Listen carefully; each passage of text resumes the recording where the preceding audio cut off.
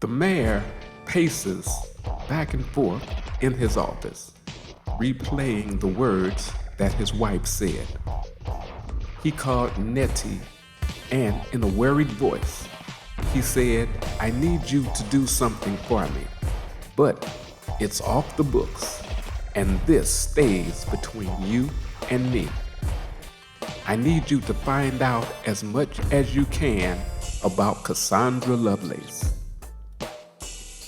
Nettie asked, "What's going on?" "That's what I'm trying to find out. And please, don't let anyone know you are doing this." "Yes, sir." Now, Cassandra Lovelace was a snobby lady, but she was also a lady who got everything she wanted. And at that time, she wanted the mayor. And after the good doctor found out about Kathy the night of the party, he distanced himself. But let me tell you what happened and how Cassandra and the minister ended up having a baby. Even before he became a pastor, he was young, powerful, rich, and handsome. He lived in Robinson Town, where the rich and the famous live and are ruthless in their own way. It was the town's annual networking party. It was in Crazy Town. He didn't want to go, but friends talked him into going.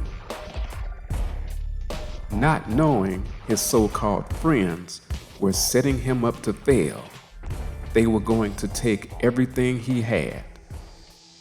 So they were all at the party. He was trying to enjoy himself when Cassandra saw him there, but he had no interest in her. It was all about business, and that made her mad. So she paid someone to spike his drink, and he ended up with Cassandra in her bedroom. When he woke up, he found himself in bed with her. He looks into her eyes, confused, and says, "What the hell happened?" With a devilish grin, she says, "You were damn good in bed, and I'm gonna have your baby." He was mad as hell and stormed out of the room. The next day, it was all over the newspaper that Sonny Walker had slept with Cassandra Lovelace. Besides it getting better, it got worse. He had people pulling out their shares from his business. Business deals were collapsing, and he knew that Cassandra had everything to do with it.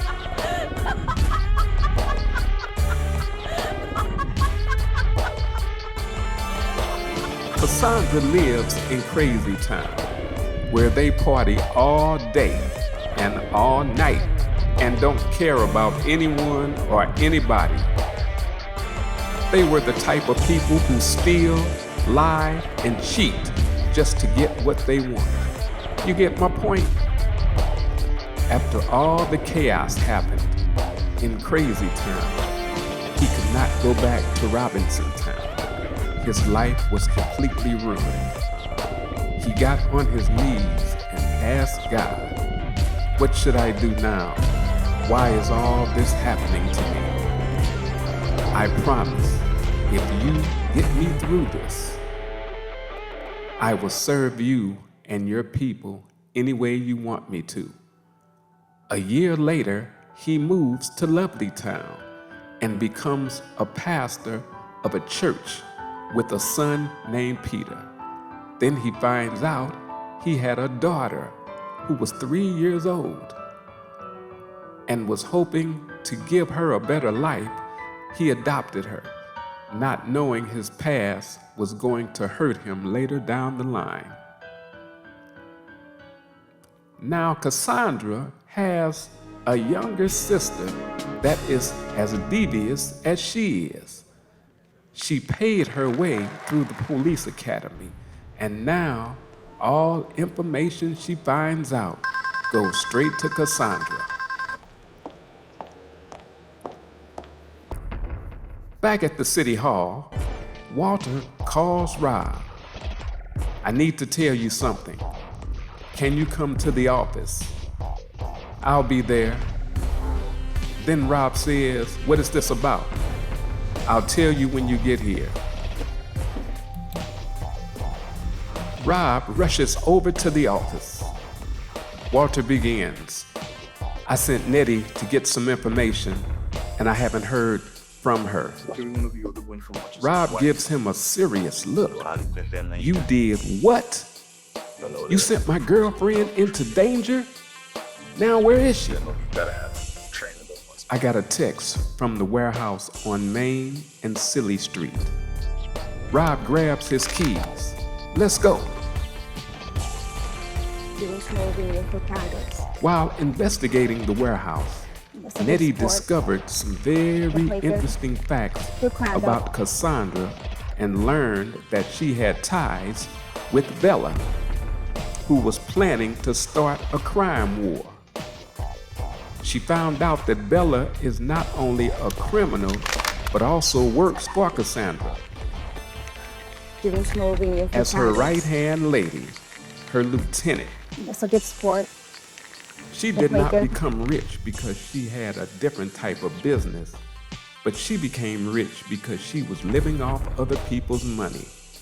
Robber barons who take what they want and give nothing in return.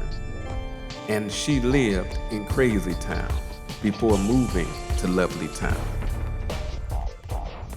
When the mayor started Lovely Town, she knew about him and wanted him for herself.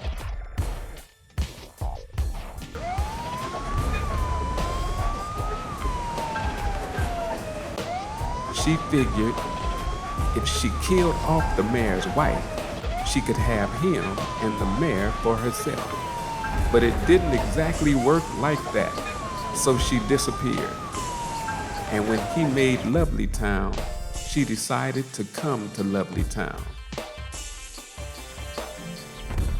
But Nettie could not figure out what she was really doing there. She also found out Sammy and Cassandra were sisters. Meanwhile, the crooks surround Nettie. They take her camera and walk her in to see the boss. Nettie finds herself standing eye to eye with Cassandra Lovelace. Just then, Sammy walks over to Nettie holding a gun to her head. Wow. Sammy looks over to Cassandra and asks, "Can I shoot her, sis? Can I kill this bitch right now?" Cassandra smiles at Nettie and tells Sammy, "Take her in the other room. I don't want to get blood and skull and brains all over my beautiful money."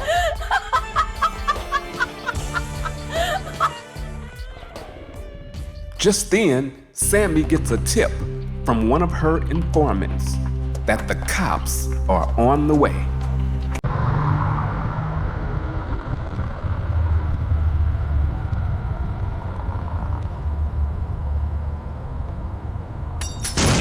Suddenly, a loud crash shook the room. The doors fly open and police rush in, Captain Rob Monroe leading the charge. They had the whole place surrounded by the police, the chief, police, and the mayor. One of the crooks sees Rob run in and grabs Nettie, puts a gun to her head, and looks Rob right in the eyes. "What up, Cap? I see you have the Avengers with you. Turn around and walk out, or I will blow this bitch's brains all over this warehouse." Now, he didn't realize SWAT entered the back of the building and snuck right up behind them and popped the thugs holding Nettie. Guns began to blaze, and a big fight breaks out as the gang tried to run like roaches when the lights come on. and some of the crooks ran, but the police caught them and cuffed them. Nettie runs straight into Rob's arm and starts crying. "It's okay, baby. It's okay. You're safe now." Nettie says, "I love you, Rob." And Rob says, "I love you too, baby." She dries her eyes and looks quickly around the warehouse. "Did you catch Cassandra? You saw her here?" Nettie said, "She and her sister are a big part of this ring." Rob orders his officers to search the whole building. "We're looking for Cassandra Lovelace and her sisters. Baby, let's go home."